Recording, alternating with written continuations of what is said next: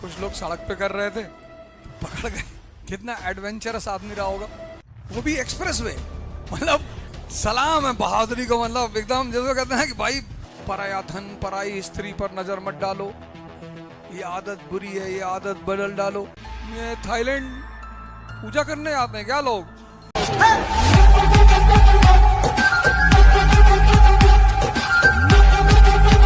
अब अच्छा बनने के चक्कर में मरे जा रहे हैं। इस देश का आदमी अच्छा बनने के चक्कर में, अच्छा इंटरनल कॉन्फ्लिक्ट का परेशान, और सबकी नजर दूसरे पे है। ये पकड़े गए, वो पकड़े गए, सब चोर हैं, सब कोई किसी को नहीं कर सकता। बस कुछ लोग पकड़े गए हैं, कुछ नहीं पकड़े गए। कुछ लोग सड़क पे कर रहे थे, पकड़ गए। कितना एडवेंचरस आदमी रहा होगा, वो भी एक्सप्रेस वे। मतलब सलाम है बहादुरी को, मतलब एकदम जैसे कहते हैं कि भाई सैल्यूट करते हैं भाई आपको भाई। मतलब पर ऐसा थोड़ी है कि वही साहब ये थाईलैंड पूजा करने आते हैं क्या लोग? सब बसाया इसीलिए गया कि जिसके पास पैसा है आओ तुम्हारे सारे कुकर्मों को छिपा लेंगे। और वो कुकर्म नहीं, वो ह्यूमन सेंटिमेंट है। या तो तुम अपने आप को इंटरनली ट्रांसफॉर्म करो। जो आदमी मन पे जिंदा है वो भोगी ना हो, इम्पॉसिबल। झूठ बोल रहा है, क्योंकि वो मन का फीचर है। डिग्री में फर्क होगा, डिग्री में फर्क होगा। कोई छोटा चोर होगा, कोई बड़ा चोर होगा। पर है साहब, एक फिल्म आई थी, उसको अब आना चाहिए था, उस गाने को अब आना चाहिए था कि इस पापन को आज सजा देंगे मिलकर हम सारे, लेकिन जो पापी ना हो वो पहला पत्थर मारे। वो गाना अब आना चाहिए था। सब है साहब। कोई भी आदमी अगर उल्टा सीधा बोल रहा है तो समझ लो मानसिक डिप्रेशन का शिकार है। खुशी आदमी, जो आदमी खुश है, मस्त है, सर राजा बनना है बेटा, हिजड़े राजा नहीं बनते। अब ये बात जो है, अगर हिरन आके मुझसे जंगल में कहे तो मैं कैसे बना सकता हूँ? मैं तो शेर के बच्चों को पढ़ाता हूँ, और शेर के बच्चे ये पूछते नहीं कि राजा बनना है, ये तो हिरन के बच्चे ही पूछते हैं। शेर के बच्चों को तो पता ही है कि हम राजा पैदा ही हुए हैं। बिरयानी ले आओ 4 किलो खा जाए, किसी का तो 4 नीम के पत्ते खा लो, अरे कहेगा नीम का कौन खाता है। किसी का तो कच्चा करेला खा लो, नहीं खाएगा। कच्चा करेला इतनी शानदार चीज है, सुबह उठ के एक कच्चा करेला खा लो, जूस मत बनाओ उसको, खा लो हरा, एकदम हरा हरा करेला एक, ऐसे जैसे मूली वूली खाते हो ऐसे खा जाओ, और फिर शुगर चेक करो देखो, और 10 दिन कष्ट होगा बस, उसके बाद मजा आने लगेगा। एक करेला कच्चा, 4-5 पत्ती नीम और 2 अमरूद के पत्ते, कोलेस्ट्रॉल गायब। उसके बाद खाओ 3-4 किलो बिरयानी। पर इतना करने में आदमी हालत खराब हो जाएगी। नहीं भैया, अरे करेला कोई कैसे खा सकता है भैया? ऐसे जैसे जलेबी दबा रहे हो 2 किलो बैठ के, ऐसे ये जो जलेबी मांग रहे हो ना, जलेबी, जलेबी ले आओ, समोसा ले आओ, बर्गर ले आओ, मोमो ले आओ। सुबह उठो और एक करेला लो कच्चा, बढ़िया नमक के साथ, और कल से शुरू कर दो बढ़िया हरा गलेरा करेला धुल के आराम से, और हम खाएंगे, हमारे साथ खाना। कल से लेके आना है क्लास में, 4-5 पत्ती नीम लिया ना, फिर भाई साहब जो एंजॉयमेंट है।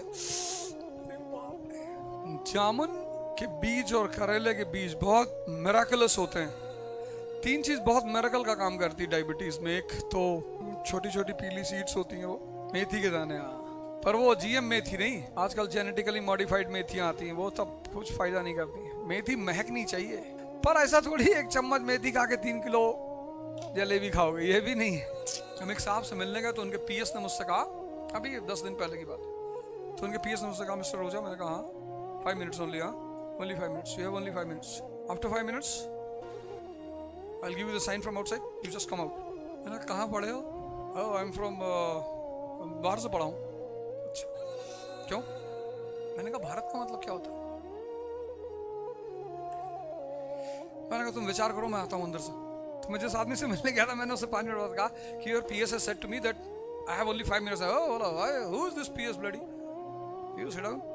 और इतनी देर बैठे रहे, इतनी देर बैठे रहे, फिर मैं निकला। मैंने कहा और भारत का मतलब पता चला? कृष्ण थोड़ी लड़ रहे हैं अर्जुन की तरफ से, जिसने शेनवॉन को बॉल करते हुए नहीं देखा। बॉल 60 पे टर्न होती है ठीक है, 70 पे टर्न होती है ठीक है, 120, 180 पूरी पूरी बॉल बैट्समैन देख रहा है कि कहाँ जा रही भैया, गेंद कहाँ जा रही, ऑफ स्टंप पे फेंक के लेग स्टंप उड़ा रहे हो। मजा आता था शेनवॉन को खेल, मैं वो बॉलिंग करता था, मैं देखता जरूर था। इस दुनिया में ऐसे खिलाड़ी हैं, इनको देख के मजा आता है। जिसका अफेयर नहीं हो पा रहा है वो नेहरू को गाली दे रहा है, अरे भैया नेहरू जी का अफेयर था एडविना माउंटबेटन से, तुम्हारा मेड से नहीं हो पाया, तुम मरे हुए आदमी। स्त्रियां भिखमंगों को सिर्फ दया करती हैं उनके साथ, इस मामले में बहुत स्पेसिफिक है वो। ना उनके ऊपर कोई जाति का फर्क है, ना धर्म का, ना कलर का, है ही नहीं।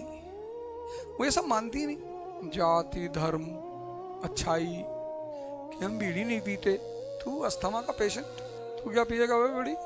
एक आदमी को मैं सैल्यूट करता हूँ, अब तो खैर वो आदमी दुनिया में है नहीं, उस आदमी का एक शो है आपकी अदालत पे, राम जेठमलानी, उसका एक शो है राम जेठमलानी। और अब भाई साहब क्या स्टेटमेंट दिया था साहब। रजत सर मैंने पूछा कि आपकी 3 पत्नियां हैं?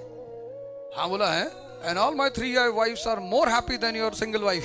रजत शर्मा तो बैकफुट हो गए, तो बोले कि अच्छा, और हमने सुना कि आपकी गर्लफ्रेंड्स भी है? हाँ बोला वो भी है। I can not live without this. हाँ पूरी जनता था कि भैया हमारा भी ऐसा है, लेकिन कह नहीं पा रहे भैया। यार नींबू खट्टा होगा ही, नींबू मीठा कैसे हो सकता है? वो गुण है उसका, ऐसे मन का गुण है भोग। IAS क्यों बनना चाहते हो जी? देश की सेवा करना चाहते हैं, जो देश की सेवा करोगे। कोई किसी की सेवा हुआ नहीं करना चाहता, तो आप झूठ बोल रहे हैं। और जो बाहर से जितना अच्छा दिख रहा है वो अंदर से उतना खतरनाक है। ये न्यूटन का नियम है, एक्सेप्शन कहीं भी हो सकते हैं। और जो आदमी अपने आप को जितना अच्छा बता रहा है उससे तो दूर रहना। What is a Smriti? The law books, religious books नहीं है। इसीलिए डॉक्टर BR अम्बेडकर ने मनुस्मृति को फाड़ा। वो धर्म की किताब नहीं थी, वो कानून की किताब थी। किसका कानून? फ्यूडलिज्म का। अगर तुम अपने आप को ब्राह्मण मानते हो तो तुम्हारे पास ज्ञान होना चाहिए, अगर नहीं है तो मत मानो। फर्जी क्यों मान रहे हो यार? आज भारत की यही तो समस्या है, जिसके पास ज्ञान है वो ब्राह्मण है। जैसे कबीरदास, अब बाय प्रोफेशन वो क्या है? वीवर। बुरा जो देखन मैं चला, बुरा न मिलिया कोई, और जो दिल खोजूं अपना, मुझसे बुरा न कोई। भाषण दे रहे हैं, अपने पार्टनर के साथ लॉयल होना चाहिए। पता लगा उनके चौथे पार्टनर का फोन आ रहा है। आज का आदमी इतना पाखंडी हो गया ना, इतना। और गलती पता क्या कर रहा है? उसे छुपा रहा है, यही परेशान है। और ट्विटर खोज रहा है हर जगह, कौन कहाँ है, कौन किसकी गर्लफ्रेंड के साथ है, कौन किसकी वाइफ के साथ है, कौन किसके हस्बैंड के साथ है। ये पकड़ा गया एक आदमी होटल में मौज मस्ती करते हुए, कर लेने दे भाई। आज हिंदुस्तान का आदमी 90% अंदर से खुद से लड़ रहा है, खुद से। इतनी बड़ी मार्केट और सब कुछ मार्केट में अवेलेबल, बाहर से इथिकल, अंदर से चोर। कुरान पढ़ के बैठा है, बाइबल पढ़ के बैठा है, गीता पढ़ के बैठा है।